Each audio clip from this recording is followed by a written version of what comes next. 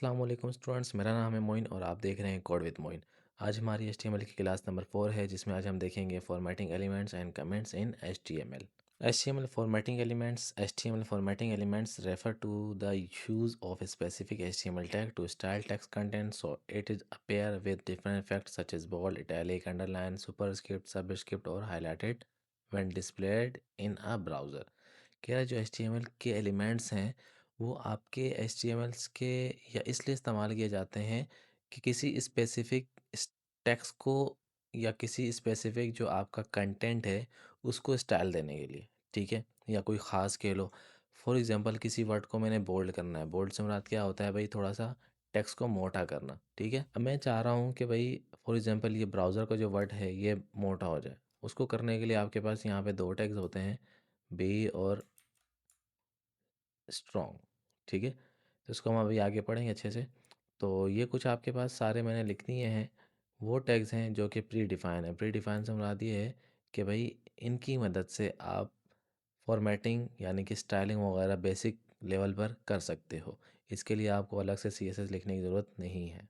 HTML B element define bold text क्या कह रहा है, जो HTML का बी का एलिमेंट है वो किसी चीज़ को डिफाइन कर रहा है बोल्ड टेक्स्ट को, यानी टेक्स्ट क्या होगा, थोड़ा सा मोटा होगा। फॉर एग्जांपल जैसे यहाँ देखो मैंने आपके पास दो एलिमेंट बनाए हैं, एक ये रहा और एक इसी के नीचे है। इसका जो आउटपुट है वो ये रहा, यानी कि इसका। और इसी तरह से ये देखो थोड़ा सा क्या टेक्स्ट बोल्ड है, ये इसका आउटपुट है, ये इस वाले का आउटपुट है।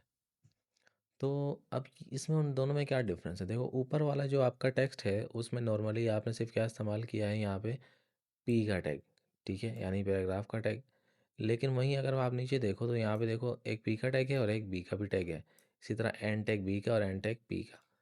तो भाई मतलब कहने का मकसद ये है कि पैराग्राफ टैग के अंदर हमने एक और टैग का इस्तेमाल किया, इसका नंबर क्या, इसका नाम क्या है, बी, यानी कि बोल्ड टैग, जो टेक्स्ट को क्या करने के लिए काम आता है, बोल्ड करने के लिए काम आता है, ठीक है, यानी टेक्स्ट को थोड़ा सा मोटा करने के लिए। इसकी मिसाल यहाँ पे आपको नज़र आ रही है। The HTML strong element define text with strong important, the content inside is typically displayed in bold। जो स्ट्रॉन्ग एलिमेंट है उसका भी सेम काम है जिस तरह हमारे पास बी के टैग का था। अब यहाँ पे आपके पास दोनों की एग्जांपल लिखी हुई है, इसकी भी है और यहाँ पे आपके पास सेकंड की भी है, ठीक है, यानी दो पैराग्राफ मैंने बनाए हैं और दोनों का आउटपुट यहाँ पे आपको इजीली नज़र आ रहा है। ये इसका आउटपुट है और ये जो आउटपुट आपको नज़र आ रहा है ये सेकंड वाले का आउटपुट, यानी कि जिसमें हमने क्या इस्तेमाल किया है, यहाँ पे स्ट्रॉन्ग का टैग इस्तेमाल किया है, ठीक है। The HTML I element define a part of text in an alternative या अल्टरनेट वॉइस और mode, the content inside is typically displayed in italic. I का टैग हम कहाँ इस्तेमाल करते हैं, जब हमने टेक्स्ट को क्या करना हो, थोड़ा सा तिरछा करना हो, ठीक है। बकाया इसको भी लगाने का पैटर्न क्या है, सेम है जिस तरह आपने बकाया टेक्स्ट को लगाया है पी के टैग के अंदर, एक और आई टैग, ठीक है। आप नॉर्मली आई भी लगा सकते हो, शर्त नहीं है कि पी का टैग ही लगाना है, आप नॉर्मली सिर्फ आई का टैग भी लगा सकते हो। उसका काम क्या है, टेक्स्ट को इटैलिक यानी टेक्स्ट को थोड़ा सा टेढ़ा करना, ठीक है। अच्छा, ये इसका आउटपुट है आपके पास ऊपर वाले का, और नीचे वाले का आउटपुट ये इसका है, ठीक है। Comments in HTML comments are not displayed in the browser क्या कह रहा है, जो HTML के कमेंट्स हैं वो ब्राउज़र पर शो नहीं होते। ब्राउज़र से मुराद क्या है, जहाँ पे आप सर्चिंग करते हो यानी कि अपनी फाइल या डॉक्यूमेंट को लोड करवाते हो, उस जगह पर आपके पास कमेंट शो नहीं होता। बेसिकली कमेंट का काम ये है कि आपके डॉक्यूमेंट को मेंटेन करके रखना।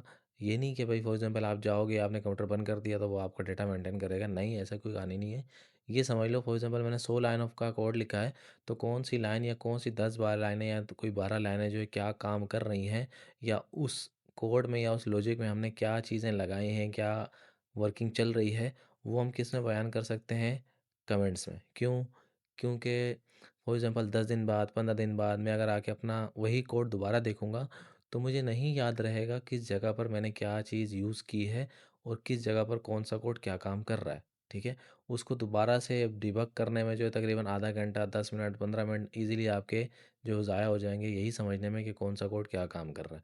तो उन चीज़ों से बचने के लिए हम किस चीज़ का इस्तेमाल करते हैं, यहाँ पे हमारे पास क्या है, कमेंट्स का इस्तेमाल करते हैं, ठीक है? अब कमेंट्स को देते कैसे हैं? सबसे पहले आपने क्या लगाना है, लेस देन का साइन, जो कि आपके पास ये रहा, ठीक है, ये साइन लगाना है। उसके बाद आपके पास आ जाता है एक्सक्लेमेशन का साइन, जो कि ये रहा, ठीक है, जो आपके आएगा कैसे, शिफ्ट के साथ आपने 1 प्रेस करना है। नेक्स्ट आपने क्या करना है, यहाँ पे आपको दो दो माइनस के साइन नज़र आ रहे हैं, इसी तरह आपने जो भी कंटेंट लिखना है वो यहाँ लिखोगे, और बन कैसे करना है, डबल माइनस और यहाँ पे ग्रेटर देन का साइन। क्लियर है? गुड। तो अब हम इसकी करेंगे प्रैक्टिस, ठीक है। तो मैं कुछ टैक्स की प्रैक्टिस करूँगा बकाया, उसके बाद आपने सारे टैक्सीज़ की सॉरी सारे टैक्स की प्रैक्टिस खुद करनी है। ठीक है। तो सबसे पहले हमारे पास ये आता है टैग एक, जिसका नाम क्या है आपके पास, बी का टैग। बी का टैग क्या करता है, टेक्स्ट को बोल्ड करने के लिए काम आता है। मैंने यहाँ पे बी का टैग लिखा, मैंने कंटेंट लिख दिया, code with Moin, control S save किया, और यहाँ पर हमारे पास ये काम हमारा लोड हो गया। ठीक है, अब मैं क्या करता हूँ, एक ऊपर पैराग्राफ का टैग बनाता हूँ और उसके अंदर भी मैं सिमिलर लाइन लिख देता हूँ, ताकि आपको नज़र आता था लग जाए दोनों में क्या डिफरेंस आ रहा है। ठीक है, अब देख लो, जो ये टेक्स्ट है वो थोड़ा सा लाइट है यानी कि थिन है, और ये टेक्स्ट क्या थोड़ा सा थिक है यानी कि मोटा है। ठीक है, क्यों, किसकी मदद से,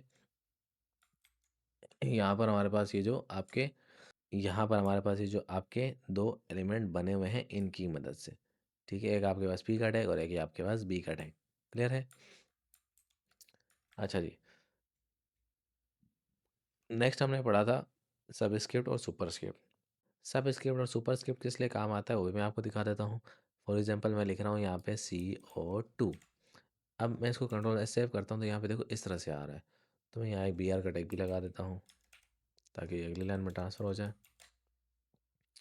अच्छा जी, मैं ये क्या करता हूँ, पी का टैग लेता हूँ, पी का टैग लिखा, पी का टैग लिया, उसके अंदर मैं डाल देता हूँ CO2, कंट्रोल एस सेव किया, और यहाँ पे देखो क्या आ रहा है, CO2। लेकिन केमिस्ट्री में ऐसा नहीं होता, टू क्या होता है, छोटा हुआ होता है। तो उसको मैं क्या करूँगा, टू को यहाँ पर, जो टू आपको नज़र आ रहा है ना यहाँ पे, उसको मैं करूँगा ऐड उसके अंदर, किस टैग के अंदर, सब स्क्रिप्ट के अंदर।